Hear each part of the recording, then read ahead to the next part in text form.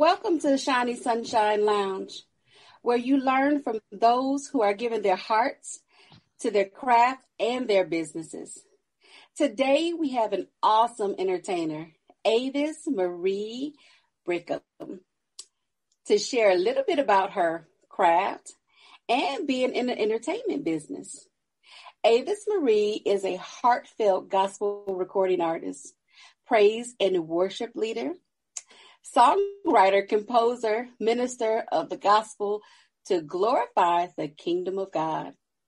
Avis comes from the Mahalia Jackson, Shirley Caesar, Gladys Knight School of Entertaining, which means the sister has soul. Avis, thank you for joining us here in the lounge. Thank you for having me. It's good to be here. Awesome.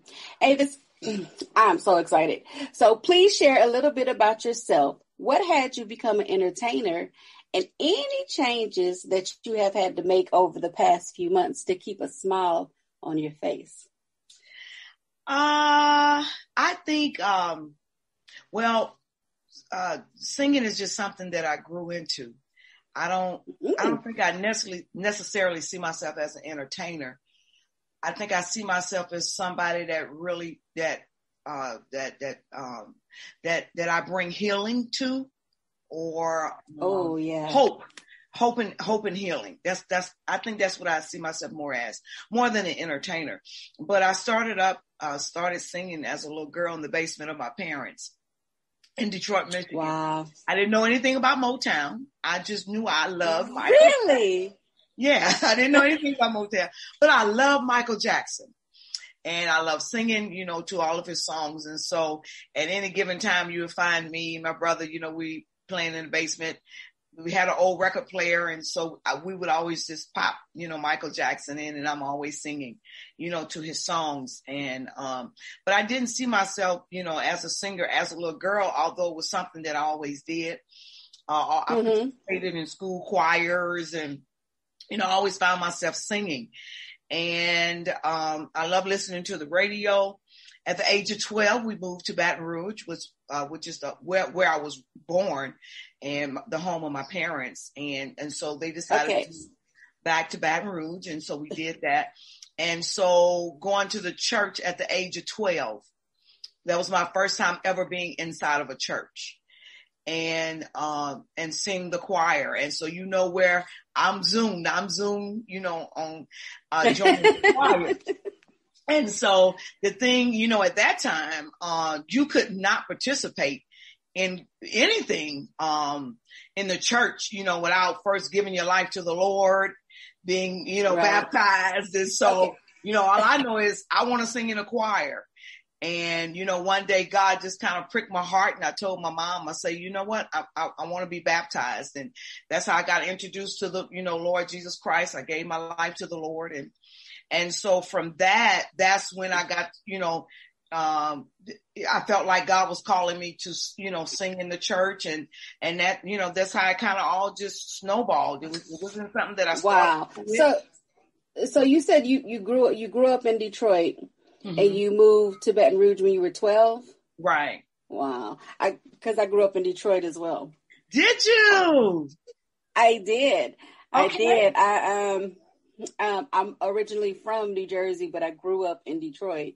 Wow. And my mom lived on 7 Mile and Blackstone. Okay. Between Evergreen and Lasher. Yeah. Okay. So, go ahead. So with growing up there, so you have a brother, you said? Correct. How many siblings do you have? I have 3. I have 2 brothers and a sister. Oh, okay. And so you and your brother like to sing? Right. As a matter of fact, we pretty much all sing, for the exception of the baby brother. And it's not that he can't; he's just a jokester. He's more of your movie star type person, and likes, telling jokes. He likes, having plenty fun and making everybody laugh. So that was his gifting there. But wow. my brother and my baby sister, at one time we even had a singing group together, and we would travel and go sing. We sang at church together. So, that was that's amazing. So over the last couple months, what changes have you had to make to keep a smile on your face? Ooh, COVID hit me hard. I had a close friend to die. People around me was sick. One of my children had COVID, and so I found myself in a survival mode. I lost two businesses in the process. I lost one right before COVID. They shut the business down. Then COVID hit the following week, and I couldn't move my business to another place. And then I teach piano students, and I had like 18 students. And when COVID hit, I had to go virtual. That knocked it down to about anywhere from 4 to 6 students. And my main job, I work at the church. And so that was even up in the air. Right. And so I went into survival mode, almost shutting down. And, one day, I just had to just make myself, okay, you can't let this get this, to you. And so at the same time, I had my CD coming out. And so I had to just kind of like jumpstart myself, to put myself back in the mode. Okay, you got to push this CD through. I know you ain't COVID, but you got to push this thing, the best way you can. And so that helped, put a smile on my face. And then I had to be grateful for every day. God, every day I didn't get sick. Every day I woke up. You gave me another day to live. You gave me another chance to shoot, to shoot for the stars, if I can say that. And so, that kept a smile on my face, making sure I kept my health and my own strength, that kept a smile on my face. You know what I'm saying? Yeah, because that's a huge thing, because during that process, you had to, a lot of people either were with family in one place or they were by themselves.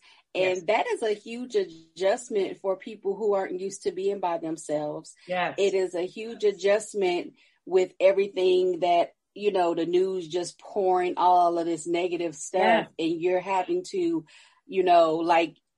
take that apart and see what part actually applies to you without the scare tactic. Yes. That's a huge thing, because automatically you go into panic mode. Yes. Like everybody literally went into panic mode. Yes. And it's like, okay, we have to reset.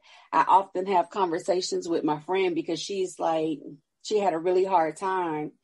She lives by herself. Her son moved out.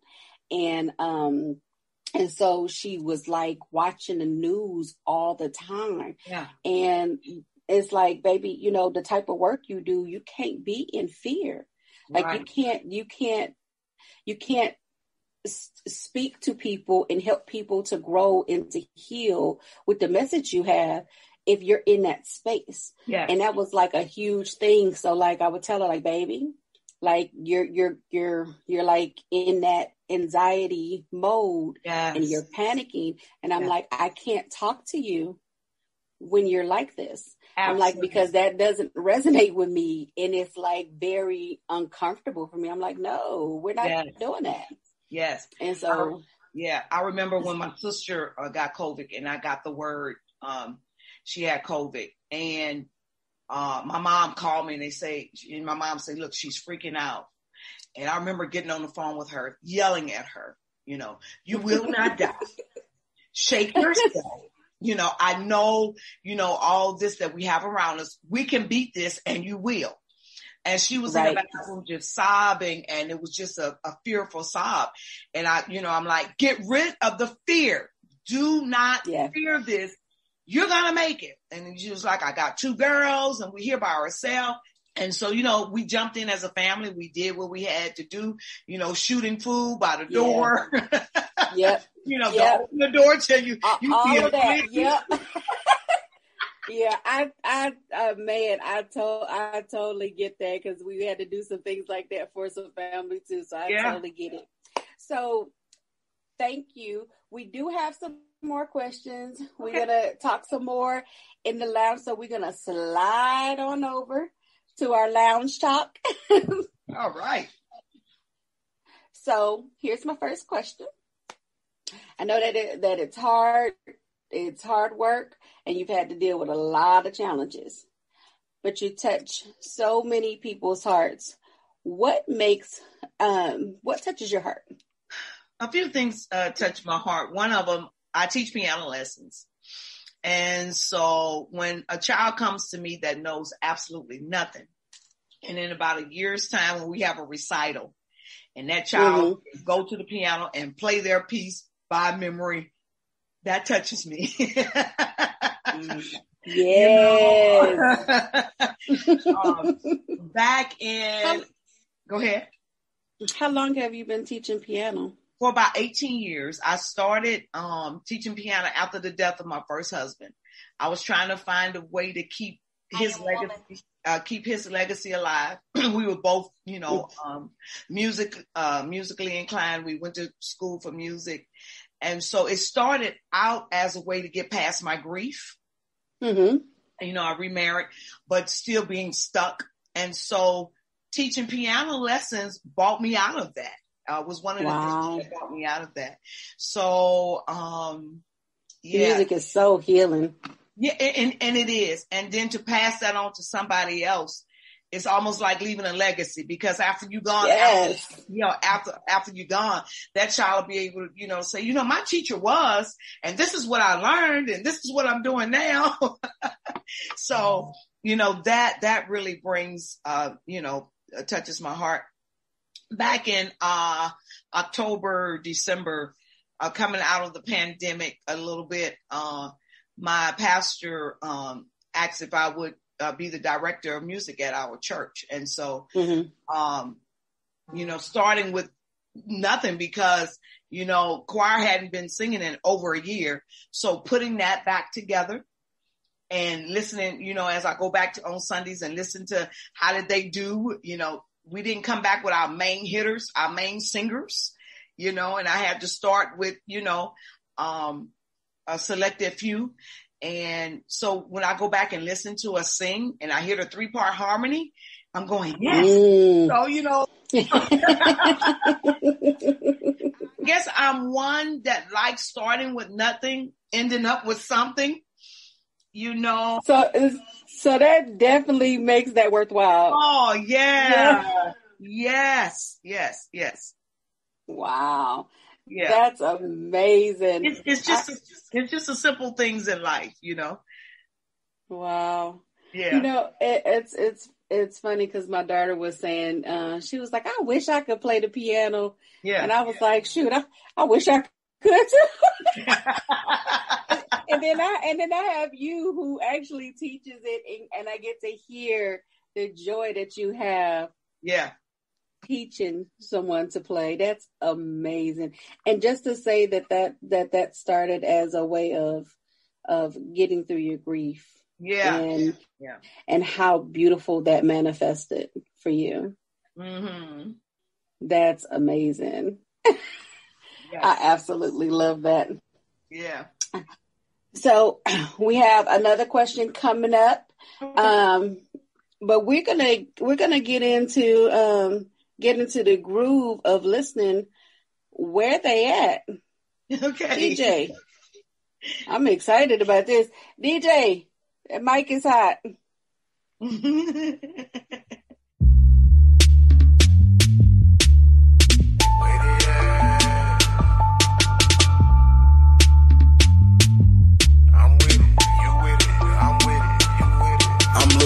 Soul workers who praise him with no purpose. Kingdom living, we with it.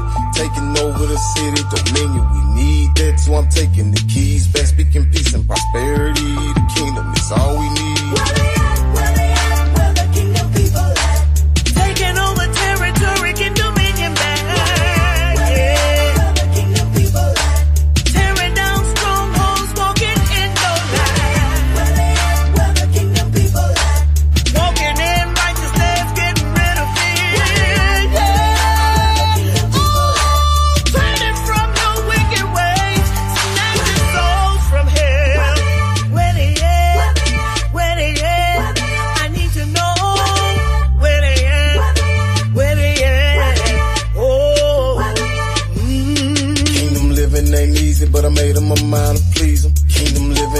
easy, but I made up my mind to please him. Kingdom living ain't easy, but I made up my mind to please him. Kingdom living ain't easy, but I made up my mind to please him. Taking over territory, getting dominion back, yeah. We're tearing down strongholds, walking in no light. Walking in righteousness, getting rid of fear. Oh, turning from your wicked ways, snatching souls from hell. Where they at? I need to know. Where they at? Where you at? Where they at? Where they at? Yeah. People, we need you stepping. The devil here with deception. Prayed up is the weapon. Medicine for depression is living. Ain't by religion. We show it in how we living. I'm standing tall, who with it? Taking over the city. Don't talk about it, just do it. The kingdom always recruiting for fighters, stumpers, and shooters. We giving this world a new look. Stop standing there looking social. Bob your head and your body. Let's show them how we get routed. The kingdom ain't just about shouting. We need them, we need them. And he need us too. Snatching souls from the pits of hell like the kingdom should do. No type of fear in our body like the barrel of a 12-gauge shot. Time to come out of hiding. It's something real you can't fight. No type of fear in our body like the barrel of a 12-gauge shot. Time to come out of hiding. It's something real you can't fight. Yeah. Taking over territory, getting dominion back, yeah. Oh, tearing down strongholds, walking in your light, yeah. Walking in righteousness, getting rid of fear. Turning from your wicked ways, snatching souls from hell. Need to know where you at, where they at, where they at. Oh yeah, I need to know where the kingdom people at. Oh yeah, yeah.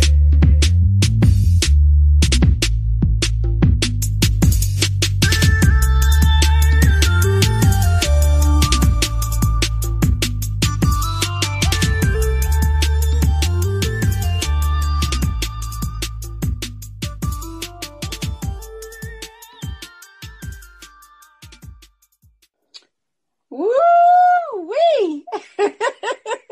Where they at? Have me over here grooving.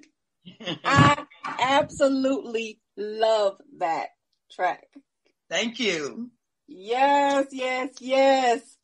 Woo. Different songs have their own creative mix. Wow. Please share something that surprised you about producing Where They At. Probably having my second son on the doing the rapping part on there. Yes. He was never and I didn't have him in mind to do the rap to this song. It was supposed to be somebody out of our church that was supposed to do it. And when it came time for the rap to be done, he couldn't be found. He wouldn't answer his phone. So I'm like, well, this song, it got to get out, because when the Lord gave me the song, it came from one of the messages my pastor preached on kingdom living. And so when he would preach one thing, but then I saw people doing something opposite, I'd be like, well, where the kingdom people at then? What a kingdom people, they're not getting this message. What's wrong with them? And so just playing in the kitchen with my kids, I started just singing, where they at? Where the kingdom people at? And did you write the rap too? I did not. Now, this was the thing. My son wrote the rap. Son, my first son, he's a musician, he's a singer, recording artist as well.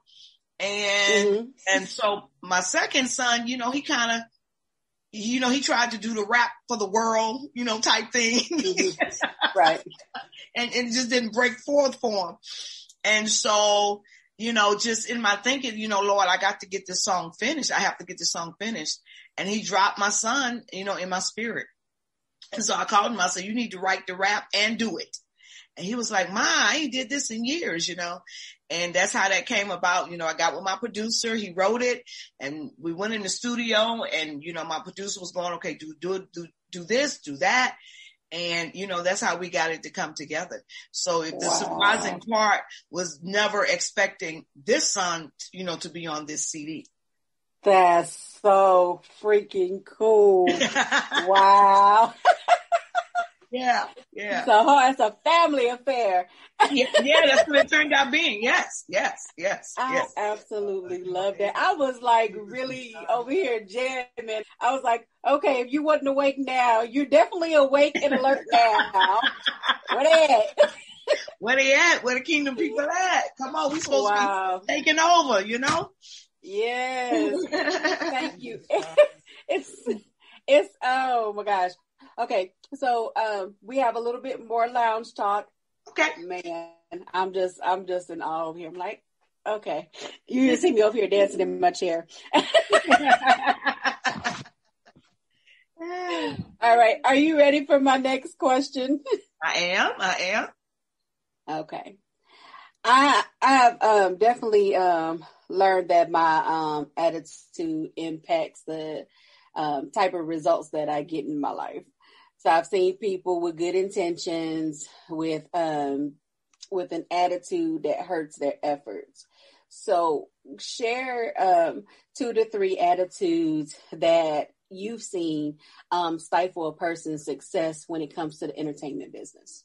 One, I think not knowing how to treat others. That is huge. Yeah, you can, I don't know if it's called bipolar, where you have 2 personalities. Got your stage, you have your stage presence, and then you have your behind the scene. Right. And I'm not concerned about your stage presence. Right. I want to see your behind the scene. Mm-hmm. And I think how you treat other people, that will stifle, your calling, your business, Yes. Everybody don't have that business appeal or know how to deal with people behind the scene. Mm-hmm.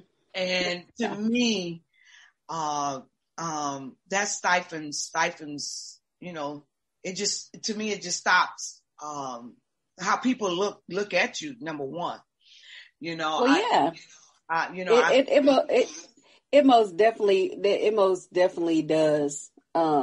Because I like to call it, that's the representative. Like, yeah, you got that mask on. This is who you represent yourself to be. When you take that mask off, people going to see who you are.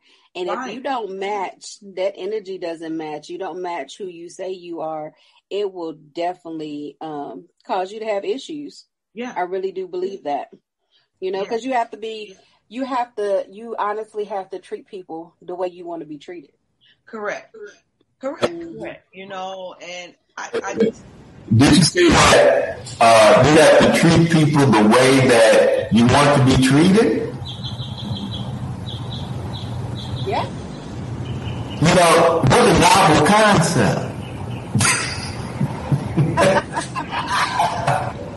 I just had to sneak that in, ladies. Go ahead.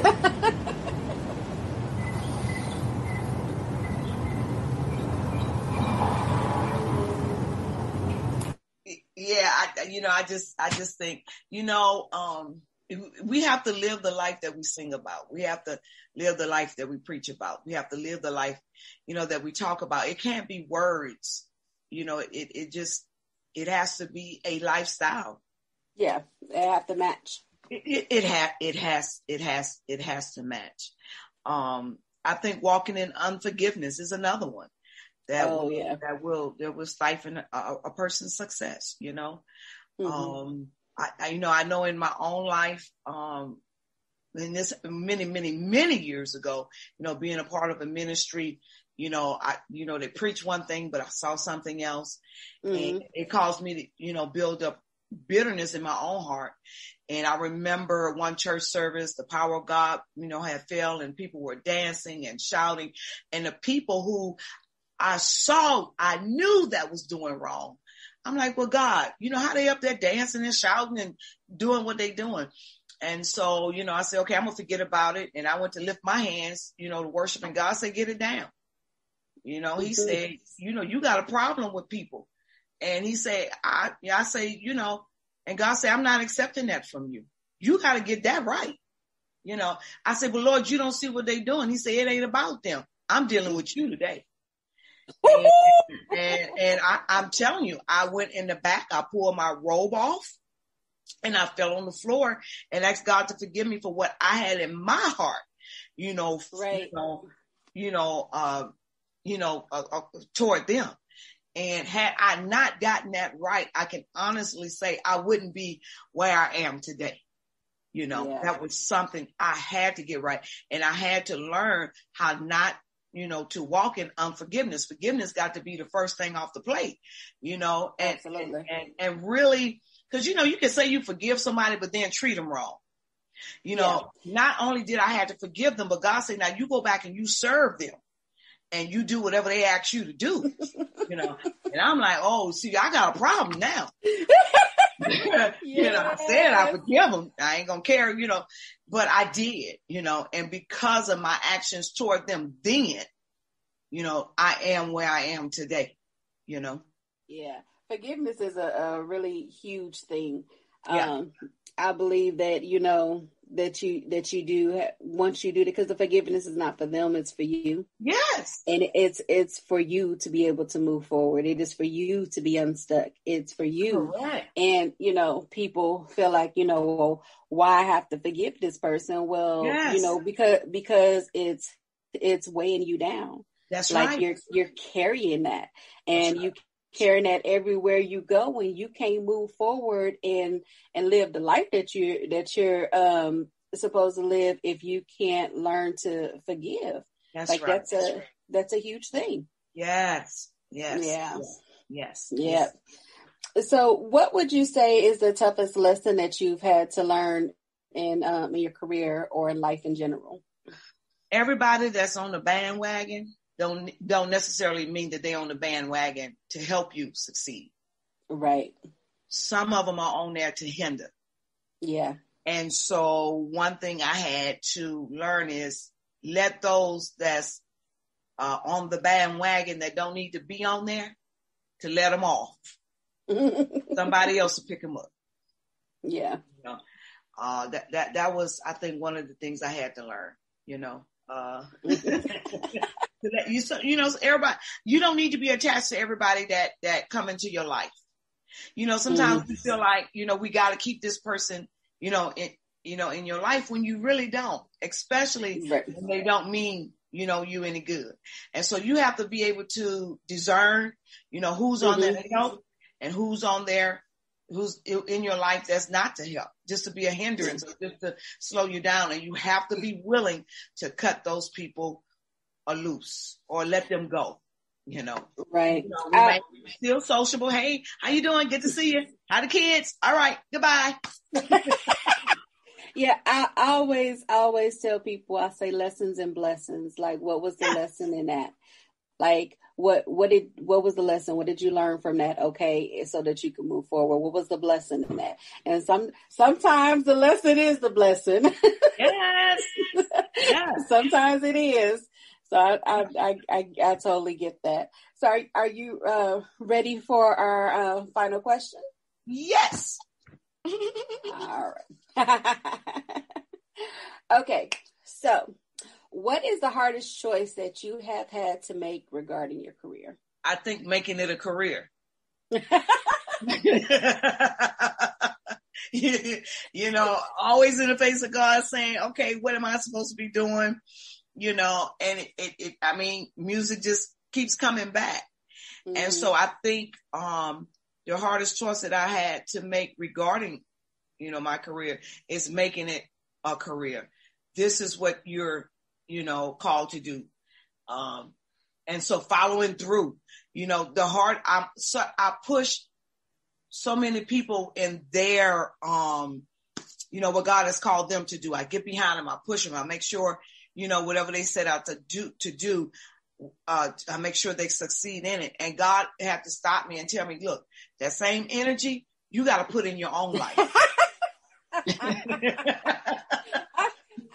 I'm laughing because I totally get that. Yeah. I have to say that that I'm very grateful for the people that like push me. Thank you, Ronnie. Because they remind you. It's like they remind you who you are. It's like God placed these people in your life to remind you, hey, you know, you're doing this for these people, but let me remind who you are, what you're supposed to be doing. That's right. And to actually be like, okay, I'm going to do it and still be, you know, fearful. Like, that's a huge thing to be like, okay, this is what I'm called to do. Okay, I'm doing it. That's right. I'm very tickled because it's like, yep, I get it. You're talking to me. Message. Yeah. I mean, sometimes we can get so caught up in other people's lives. And then when our alone time hits, or when our, you know, I like to call it crash moments, because I get those a lot. And, you know, I have to, you know, turn the mirror to myself and say, okay, you know, what have you done for yourself that's pushing you forward, you know? Yeah. And a lot of times we look for others to do that, when in actuality, we have to do it ourselves. Yeah. You know, the word of God tells us to write the vision down and make it plain. So when others, you know, read it, then they'll run with you. And the disturbance of it is that we don't write it down. So, you know, others can't run because they don't know what your vision is. And because they don't see that you have a vision, then they will assign you to their vision. Yeah. Because they see you a worker, you know, and so you have to be careful, write it down, you know, but then let others read it. See, we don't let others read what our vision is. And so when we don't let others read what we have, you know, cut out for our own self, like I say, they assign us to theirs because they know we're called to do something. And they see that, you know, we're called to be birthers and pushers. But if they don't know we have a vision and we don't let them read it, then guess what? You know, people will never run and help you fulfill your vision. Yeah. Yeah, because people, you know, the people that are assigned to you, the people that are there to help you, like once you have decided this is what I'm going to do, all those amazing people that are there to help that become successful, and for that to completely manifest and show itself, they show themselves and they're there. And it's like, you know, you'd be like, oh man, like, I need this producer. I need this. Yes. And they show up. They be like, oh, are you going to do this? Let me help you. And you're like, yeah, really? Yeah. Yes. Really. Yeah. That's what you just asked for. Right. Even when I did, you know, where the kingdom people at, I wrote it down and it wouldn't leave my spirit. And I'm like, God, you know, I don't even know who to go to, you know, as far as producer is concerned, this, that, and the other. But when I shared that song with the guy who was supposed to do the rap on it, he said, I'm gonna hook you up with my guy. And then it just snowballed after that, you know? Yep. And that's all he was supposed to do. That's all he was supposed to do. Yes. Yes. Yes. I love it. I love it. This has been such a great conversation. Thank you so much for sharing your wisdom. Wow. Are you ready for us to play another track from the album? Yes. So we are gonna hear I Am There. TJ, that mic is hot.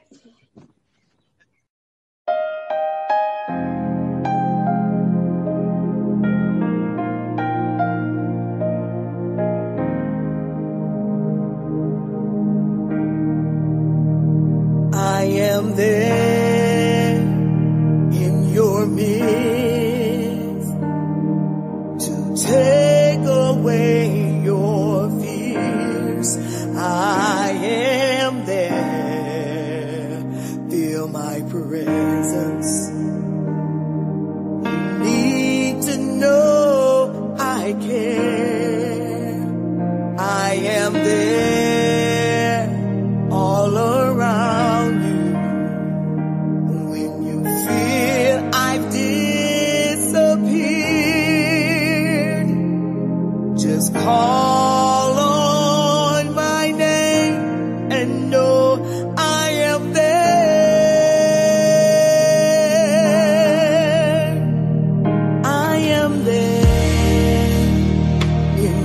nearest to take away your fears. I am there. Feel my presence. You need to know I care. I am there all around you.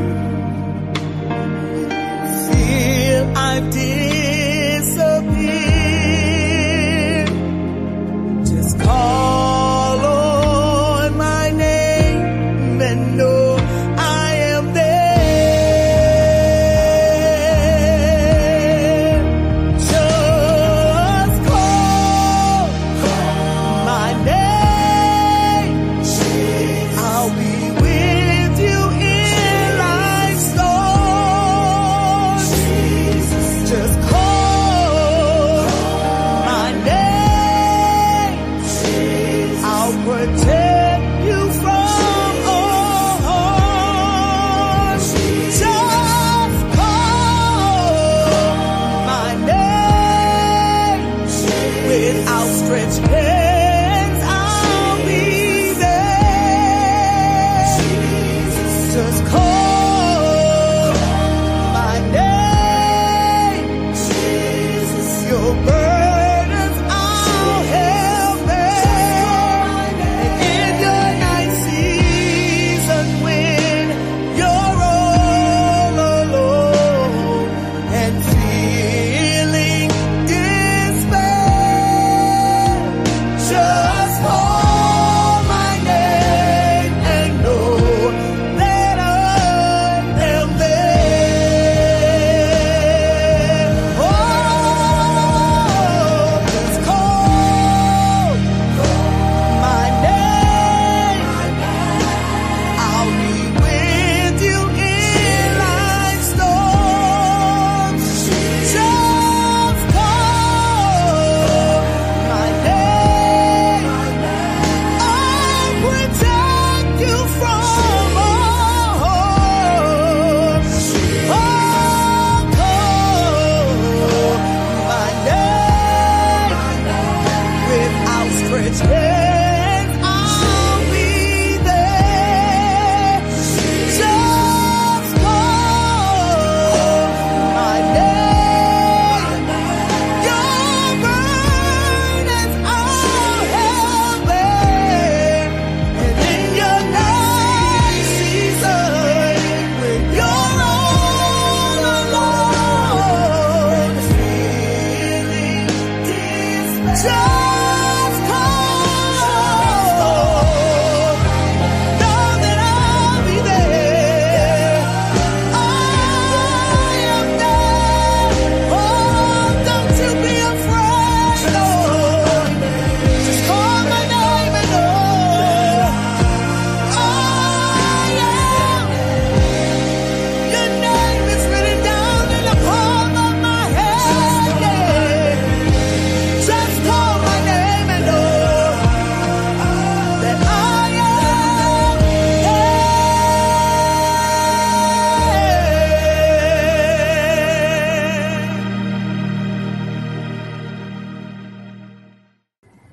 Yes, yes, yes, yes. I am there. I love it. Thank you. I love it. You have, I'm very motivated this morning. I got stuff to do.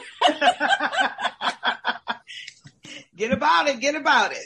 I gotta get up and I gotta move. Yes, ma'am. Yes, ma'am. Oh, wow. It has been really great having you on this show. But I do have a request. Okay. Sing something for me. Sing one of your beautiful songs. Hit me with some notes. Okay.